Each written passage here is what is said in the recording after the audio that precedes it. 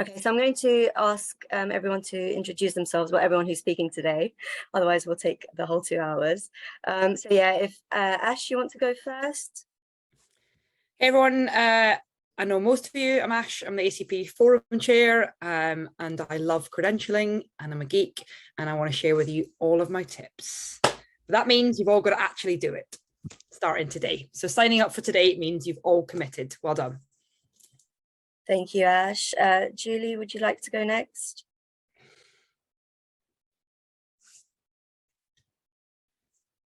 Julie on here. She's on mute. She's on mute. Classic.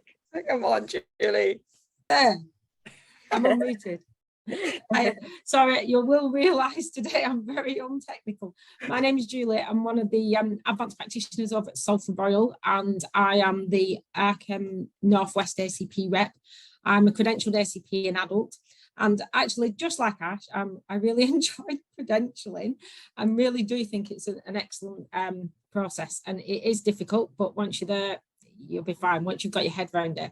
And the same as Ash has just said to you, if you're on this call, that means you'll be submitting in the next 12 months. So that's excellent. Thank you, Julie. And finally, Rachel, would you like to introduce yourself? Hi, everyone. I'm Rachel. I'm sure that most of you have probably emailed me at some time. So just putting a face to the name. So it's because Lorella and I are from Arkham, doesn't mean you can't be honest today. We've heard everything. So yeah, just use this for any way you wish. Thank you. Thanks, Rachel. Okay, we've got a lot to cover, so we'll go straight into it. So first we have Ash. Ash, do you want to? I'm going to share my screen. Just while I'm doing that, guys. So the thing about Slido, if you've never used Slido, I'd really recommend all of you try and go to this link now. The reason is, every single time we do one of these presentations, we run out of time because there is so many questions. So whilst Julie and I have got a bunch of slides and a bunch of things we really want to talk to you about, actually, you are what's important. So if you're like, yeah, I don't care about that, I really want to know about X, and you need to put it in the Slido. The reason I'm asking you to do that is everyone else who goes onto the Slido can upvote questions. So by clicking on it, you got an option for upvoting it. So if there's one question that gets upvoted 10 times, we'll know from looking at it, you all really want to know about this. So if you don't tell us, then we don't know, basically. So I'd really encourage you to have a tab open with that, as well as your Zoom. I'm just going to share my screen. I think allow Zoom to share my screen. Yep.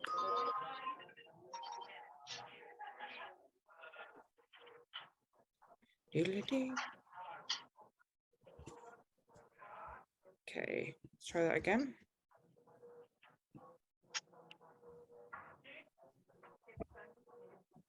Sorry, I'm having a bit of trouble sharing my screen here. There we go. Okay. Lorella or Rachel, can you just tell me that you can see my screen? Yeah. Which could just be seeing people now.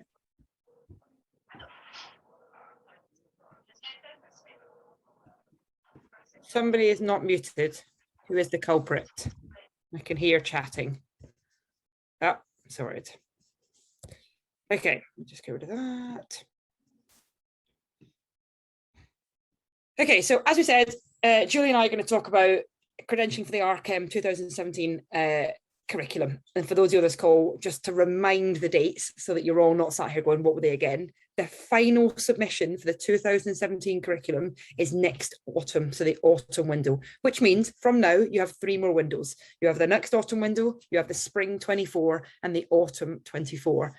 We cannot recommend enough, hint, hint, nudge, nudge, try not to aim for autumn 24. Yes, that is an option, but if you're putting all of your eggs into autumn 24 and a crazy life event happens, which can happen, you have to be aware that you will end up, if you then don't make that, there's not going to be an extra extended deadline. That is the last submission, and then you'll then have to transfer your stuff onto the new curriculum.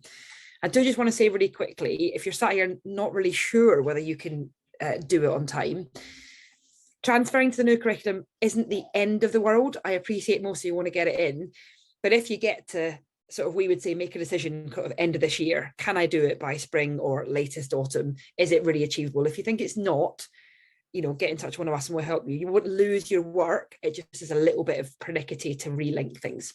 Okay, so that's the first thing to say. So we're going to talk to you firstly about the panel feedback from the last credentialing panel. So Rachel, who works tirelessly at RChem and the ACP team with Lorella now and a bunch of other people doing so much work to try and get you guys through credentialing. And it might seem sometimes like RChem is holding you, you know, by the neck, trying to make you credential, but that isn't what it is at all. Everyone that sits on the panel and at RChem really wants more ACPs to credential. We appreciate, as Julie said, that it isn't easy, but in the first instance, they really want to get you through. Rachel actually gets quite a lot of abuse and quite a lot of explicit terms fired at her, and she just stays calm the whole time. So please, whenever you're emailing acp at rchem.ac, please be nice to Rachel. She's prepared a little Word document for us for this session that's going to tell us roughly what the common things that came out of the last panel were. So hopefully you can all see that. So just going to quickly go through them. So CBDs, there's a couple of people that we're seeing in their portfolio that CBDs were just like, we sat down to talk about a skill, for example. They have to be patient-based. So I'm going to give you a really good example here. Most of you won't get the opportunity to do LP as an actual DOPS. It's a tricky thing. It doesn't really get done in most EDs, and that's okay. You can choose to do that as a CBD, but what you must do is try and relate it to a patient case. So perfect example, headache, query subarachnoid hemorrhage, who you admit to the medics because your CT wasn't within 6 hours as per the guidelines, therefore they need an LP. So you do the CBD around a headache patient. So you do a case-based discussion with your supervisor about a patient you've seen, and you will have all seen them, who you admitted to medics for an LP or whatever you want to call it. And as part of the CBD, you talk about LP, and if you're doing adults and peds, you make sure you mention the differences in children. So you have this whole generic CBD that's about a patient and about a skill, and guess what, you can link it to LP and headache. Win. Okay, so you can link it to two things. So make it about a patient you've seen. That just gives you so much more availability. Audit and QI, I'm not going to hammer home about. Lots and lots of people get recommendations or limited resubmissions for their audit because they haven't kind of closed loops, or they haven't reassessed, or they haven't done any reflection on it. You can't just shove in one document saying I was part of an audit at the end. We need to know what your role was in the audit. Did you lead it? Was it your idea? Did you close the link? Did you re-audit it? If you haven't re-audited it, that's not the end of the world, but tell us why. Tell us the audit's due after credentialing, but you are going to re-audit, and here's your plan for the re-audit.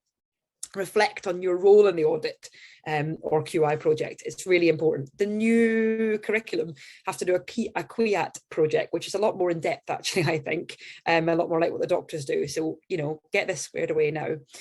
The right form and the correct assessor. I think all of you will know this, but remember there are forms for specific presentations, particularly, and you'll hear us use this phrase a lot today, checklist dependent items. That's the items I call that are listed on the checklist. So whilst you have to fill and have evidence for every acute presentation, there are 7 or 8 of them that are checklist dependent. So chest pain, abdo pain, head injury, mental health, all of them have a form that's called mini-KEX chest pain. So for your mini-KEX chest pain that you're submitting for credentialing, it has to be on the right form. If you get halfway down the line, you've got this cracking ticket and it's on the wrong form, just ask the assessor to do it again, which seems a bit of a laborious effort, but we're not saying you've got to repeat all your work. It just has to be on the right form. We're going to talk a lot about selecting best evidence, so I'm going to leave that. But essentially, it's your job to find what is the best ticket in your portfolio. The panel haven't got time to rake through. And some people who get limited resubmissions or immediate resubmissions will be because the panel are like, this is a really weak bit of evidence that you've used for chest pain. And we've happened to see that linked to CAP7 chest pain, you've got this cracking mini-KEX, but you haven't linked this. Why haven't you done that? And you could say, well, that's a bit annoying. Why don't they just take that? But it's because we have to take what we can see in it as a global look.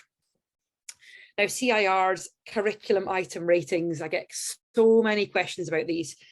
They have to be a bit of personal reflection, but also some facts. So they have to be written. Imagine you're writing an essay for uni. You get told off when you start writing at master's level. When you start doing your ACP masters, you get told off because you can't write anymore. Like, I saw a patient and they were nice and I did an examination on them, the end. You wouldn't pass a master's essay with that. You won't pass panel with that. You have to tell us, okay, history taking is at the core of what I do. I do it every day. I've done my history taking in module, as you can see. I've linked my university transcripts. and then you take out some of the parts of what the descriptor is telling you, but you put it into your own words with a bit of personal reflection, but also pointing the panel to the most likely ticket. So mine was, so it might be for the commons, it might be a decent amount of size, not an essay, but at least a few lines saying, I can do history taking, I'm really good at it. And the ticket from Mr. Smith just demonstrates how even in those tricky situations, like for example, when I was taking history from someone who was deaf, I was able to use British Sign Language interpreter, blah, blah, blah. That's what we want to see. So they have to be in depth, okay? ACATs and ESLI can't be the same period, so you can't do one episode with your consultant and then do an ACAT form and an ESLI form. We will see, it's really obvious, it's just silly, just do them 2 days apart. If you can't do them, if you need to do 3 in the last year, for whatever reason, it's not ideal, but if you end up doing more the last year, spread them out, make them useful, and go from there. Forms should be completed for complex, what was that one, Rachel? Forms should not be completed complex respects. Okay, fine. So you can't say, gosh, I'm missing, I'm missing a sepsis. I saw a sepsis in my year 1. Can you remember that? Let's do a CBD on it. It was 5 years ago, because the panel is looking at your ability to see a sepsis patient at the point of credentialing and running it. So it needs to be current. Sim days are great, and lots of areas, including where I work now, do big sim days where they cover loads of skills in one sim day. They're great, but you can't do one form for a bunch of procedures. Each procedure still needs each procedure. And remember that only certain procedures can be done by sim. So what I'd recommend is if you do a sim for a procedure that is allowed to be driven by sim. So I think IO and pacing can both be done by sim. Rachel, am I correct? I think that is correct. Go on. Well, I'll check, not off the top of my head. I think you could see it in the guide, but I think those two can be done by sim. So if you do them in an ETC course or whatever you're doing, and you get a DOPS, great. If you do it in a sim day, but they're not sim skills, do a CBD on it with the person on the use of it, because then you've only got to get the DOPS when you're next on the shop floor. So that is some feedback. These are the things that were the big highlights from the last credentialing panel. Okay, so clear as mud, hopefully. She says, I can't even press the play button. Okay, really now is a chance for you to ingest all that, stop, think, what do I do in terms of listening to what the panel are telling me, listen to the feedback, listen to what Julie and Ash are saying. The best thing I can say, and I know I say it all the time and I'm so boring, go back and read the guide. All of you should probably have read this cover to cover probably 4 times before you credential. And again, I'm not giving you work or telling you must read this and reflect on it. I'm telling you that I read it. Every single time I read it before I submitted, I found something new that I wasn't aware of.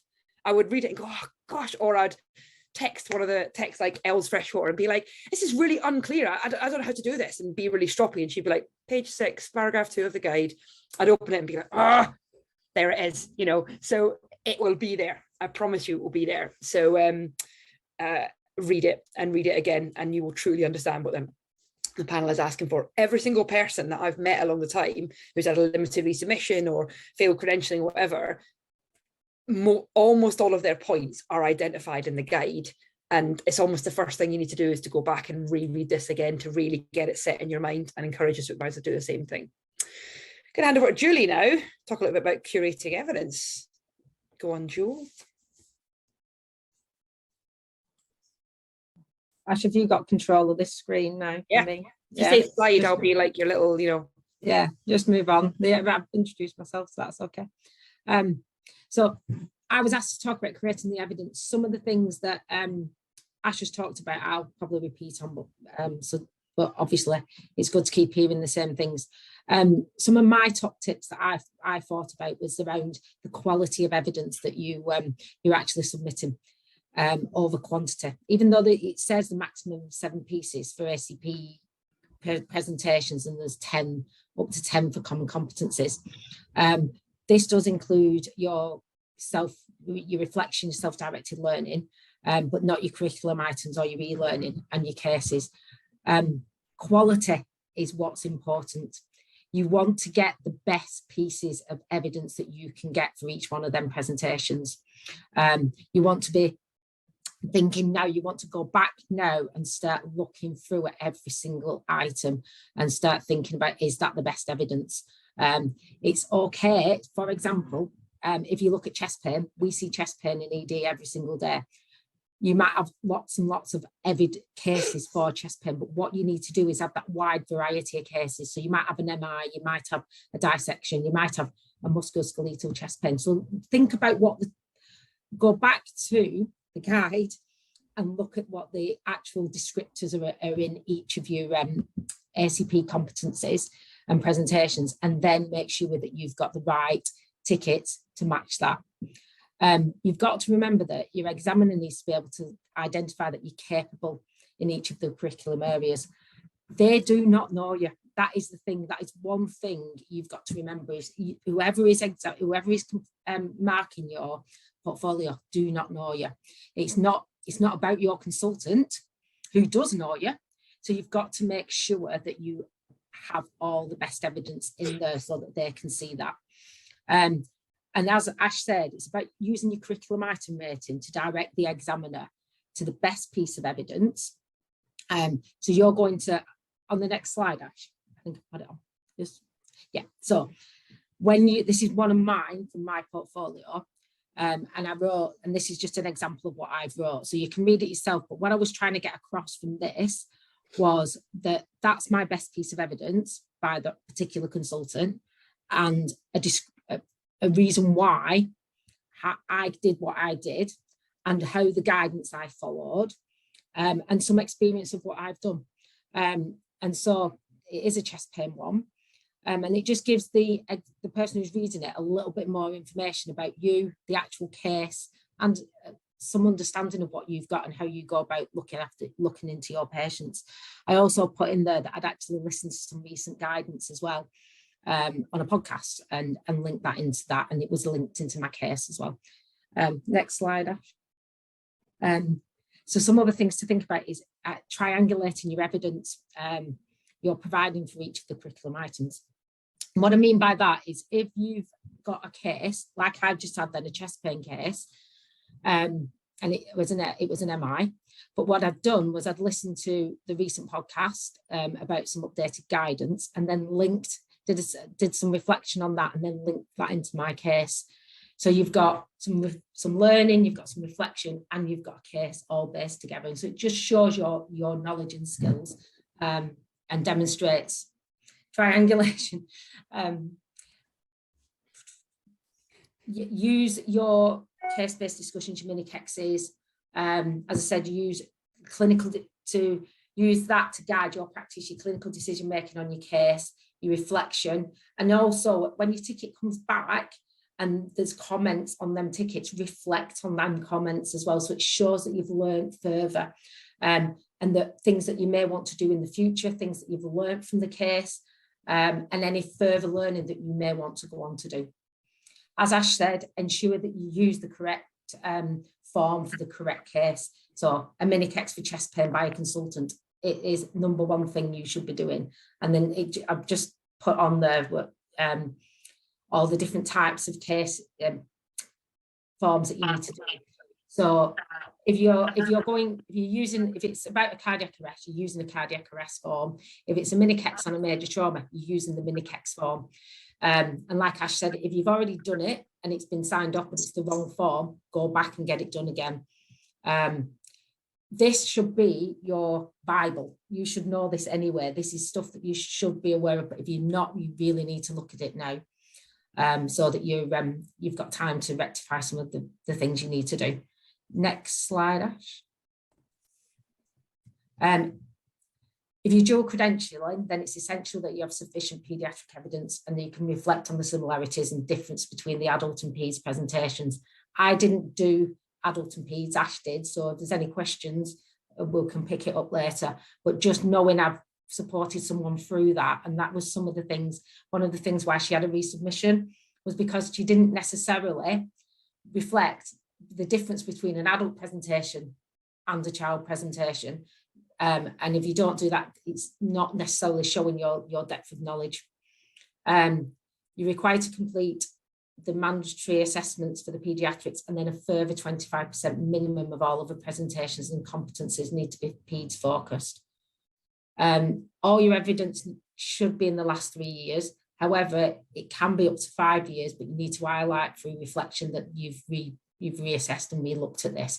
You can't just put a piece of evidence in from 5 years ago, and then, especially if it's one of your key items, and then go back and just ignore. You're going to have to go back and reflect upon it and say, go on, Ash. I come in slightly there on that last bit, because I think this is a bit that really winds people up. People get really upset. They get really, not upset, panicked. They're like, oh, it's more than 3 years old. Can I still use it? Like, you absolutely can use it. When we say you've got to update it, that bit isn't tricky. Your update might just be that you comment on the curriculum item rating, that you do an extra long curriculum item rating. You say, I am totally aware that my ticket for this part of the checklist is 4 years old. However, it's a really good ticket. And despite the fact that I have matured, I was working at that level back then, or whatever it is. Or you do an actual patient reflection saying, I recently saw a patient with an MI. I know my ticket's older, but this reflection proves that I've still got it in me to recognise a sick patient, or whatever it is. But sorry, my dog's having a hissy fit behind me. You've just got to don't get hung up on this. If you've got old evidence but you really like it, then do the bits to update it. No. So when I submitted, I had a case in from 4 or 5 years previously, but it was about a patient that I'd managed, and it was a really, really good ticket with excellent feedback from the consultant. And so I just put into my curriculum item rating that case was the strongest piece of evidence. However, the reason I was good at that particular case, it was all about non-invasive ventilation, was I was a high dependency sister. This was my job. I'd wrote the policy about this case, about non-invasive ventilation in our trust, and therefore I was competent at that stage in my journey to manage that type of patient. So it's like I said, you've just got to make sure people understand who don't know you, why you're competent at that level. Okay, next slide, please. Remember, I keep saying this, so just remember the examiners do not know you. So the information that's in front of them to make the decision needs to be there, correct, so that they can ensure that they're making the right decisions. A point I sort of learned quite early on was about your library. Start looking at your library. Make sure that you've got well labelled folders, and it makes it easier and user friendly for the examiner. I couldn't find it to put it onto a screenshot, but there is some guidance in one of the in the guidance from that says what to put into each library, each folder. Your patient logs, they should be completed as you go along, and you need one each year for 3 years. You need to break down your numbers of the patients you've seen. You need to stream them into resus, minors, majors. Another point, and I know this because I've spoken to people about this who've gone through the process, you need an up-to-date CV. And again, you need to remember, people do not know you. So just be very careful how you write your CV. Try and explaining that what your job is. I know somebody who does numerous jobs, it's very difficult then to try and explain how many jobs you do, but try and be as clear and as concise as you can be about your role and what you do and what your experience is in previous roles, because then they'll be able to understand from there. So this is just a screenshot of my library. So I'd put it into ACP, and in there was lots of things that I'd done around my role in ACP. So it was around the common competency type things. So I'd done a policy about advanced practice and governance within the department I worked in. The audits I'd undertaken, so that's another one, and I've got my quality improvement audit in there, got my quality improvement project. That's your case mix and logbooks, your complaints and incidents, so any complaints you've dealt with, any incidents you've had to report on, or you've actually done a risk a full review of a complaint, any CPD that you've done, your credentialing checklist, all your e-learning certificates can go in there. You don't so that they're all together, and that could be from anywhere, not just the Archem ones. Any external courses that you've gone on, and then that was just added my Northwest ACP forum role that I've linked into there as well. Okay, thanks, Ash. Next slide, please.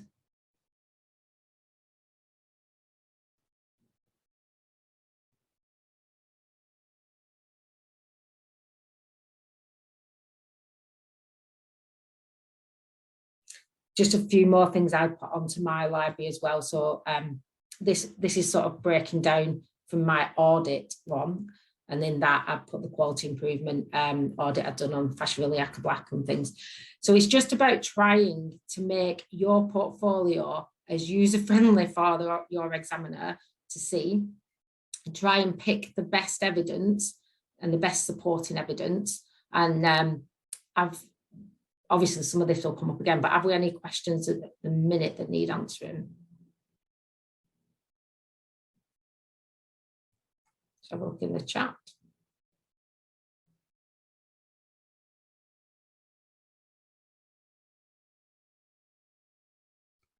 Sorry, I was muted. No, you're right. Any questions, Ash, that's come off the chat?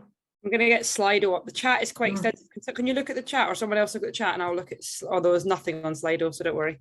There we go. Ash, we do have a lot of questions on Slido at the moment. We do. Oh, we do. I lied. Here we go. Yep. Any been upvoted? Okay, so should we just go through a couple of these? I think it's important to go through them as we go. A specific form, net audit QI. There are specific audit forms. It doesn't know who asked that question. There's a whole audit section. If I get Kaizen up, I'll show you. There's lots of audit forms. The question is what one you're going to use. So you've got a whole section on audit stuff here. So you're going to use the audit clinical governance activity to just log any activity that you have. And then the audit assessment tool is actually a form that you can send to someone. So you might be involved in an audit, right? And so I think I did like 2 or 3 of these activity ones. Like I've just met for the first time. This is my role going to be in the audit. This is the audit we're going to be. And then the next one, then you might write during the audit, we're halfway through, and then completion. And then at the end of the audit, I sent a ticket to the consultant who was the audit lead for the department to say that my audit had been significant and helped to the department. And then I did a reflection, just a generic reflection on it. So these are the audit forms that exist. Does that answer? Whoever asked that question, feel free to come in. Does that answer your question? Yes, thanks. Okay. E-learning counts towards 7. E-learning does not count. No, e-learning is excluded. So it's 7 bits for everything, up to 10 for commons, excluding e-learning. The slightly annoying thing about Kaizen is that the number you see at the side when you're looking at something. So let's see. It's better to show you as I go. So the number that you see there includes everything, includes curriculum item rate, includes every bit of entry into Kaizen. So genuinely what you have to do when you're curating your portfolio is to open it up, open up evidence and go around and go, not counting that, not counting that, reflection account. So 1, 2, 3, 4, 5, 6, 7. And if there's any e-learning there, don't include it in the numbers. So you physically have to count, particularly for the credentialing dependent ones, which are the ones that are going to attract more evidence anyway. You won't find that you've got too much evidence in the kind of more rarer things that you don't need. Hope that answers your question. Please come in. How do you put in a logbook when a system uses triage codes 1 to 5, not necessarily majors, minors, recess? It's a good question.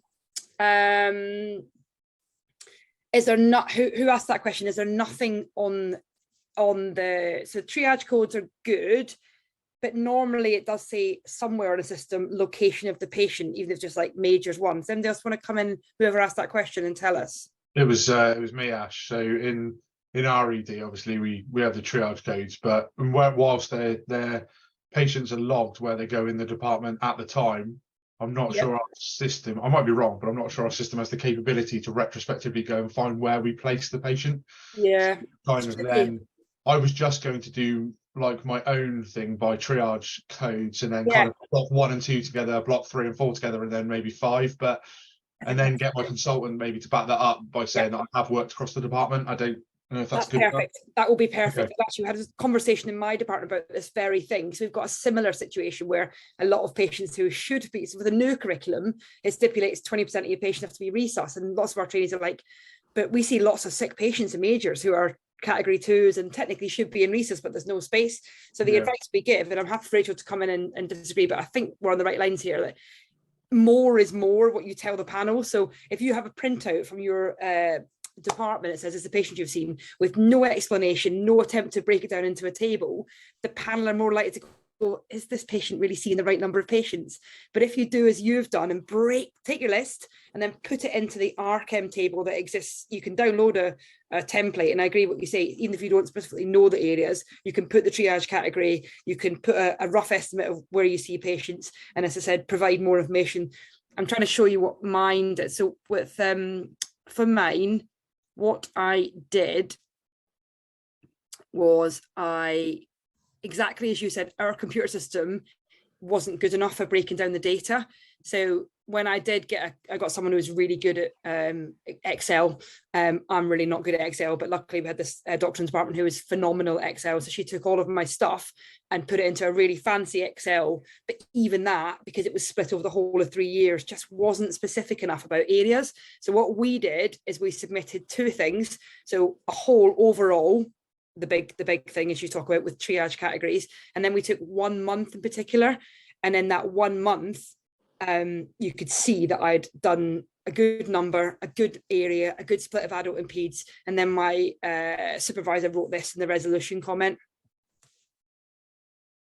which you're more than welcome to have a little read of just quickly, guys, but this is the kind of things, if you tell the panel, as you said, what needs to happen, what the situation is, then I think that's enough. What form's that on, Ash? That's on the checklist. So I've obviously uploaded my form to the checklist. When you're ready to link things, you link them to the checklist, which is built into Kaizen and looks like that. Have you got this? Have you seen this before? Not that layout, no. Okay, it should be on your Kaizen homepage as you log on. It should be there, ACP credentialing checklist. If it's not on your homepage, email me after this and we'll make sure it gets added. This is essentially replaces the paper checklist. So historically, before Kaizen came in, you would do all the forms and then you had a paper checklist that you would essentially fill in and go, this is my best form, you can find it in this part of the curriculum. What this does is it allows you just to link the form across so that when the panel go to look, they will find these are all the what I call the credentialing dependent items. So the ones that are listed on the checklist, obviously you've got to cover the whole breadth, but these are the ones that are listed. And so you link them and when it's linked, so when I linked my CV, my consultant just goes, yep, the CV, because your consultant is effectively signing you off and saying, yep, this is good enough. They're the one that's saying this is good enough. And they put a little resolution comment in there and they change this from in progress to achieved. So when you first start off using the checklist, you see the odd thing going to achieved and it's quite motivating. Does that make sense? Yes, yeah, no, I found it now. Yeah, I've got it. Brilliant, amazing. So that's the logbook. Okay, do you have a project management record needs to be signed off BM consultant? How could we invite the consultant to be built via Kaizen? Project management, I don't understand. Whoever asked this question, feel free to come in. I don't understand what you mean.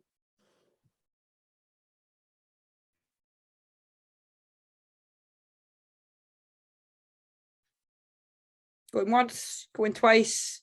Next question. If you have learning points in your assessments and you reflect on those and close the loop, is this a good piece of, I think you mean evidence. It's not that it's just a good piece of evidence. You have to do that. You cannot be submitting evidence that says that you have a bunch of learning points if you haven't addressed them. How you address them, there's many ways that you can address them. You don't have to always go away and do a big old self-directed learning reflection. It might be that you just close the loop by doing your own piece of work and attaching that as a bolt on to the ticket and commenting on that in the rating. Doesn't really matter, but you have to show that you've read those comments. What you can't do is submit it if it says, you know, that you've got a bunch of learning points. But also, as you get towards the end, remember you have to be in control of what your supervisors are filling in.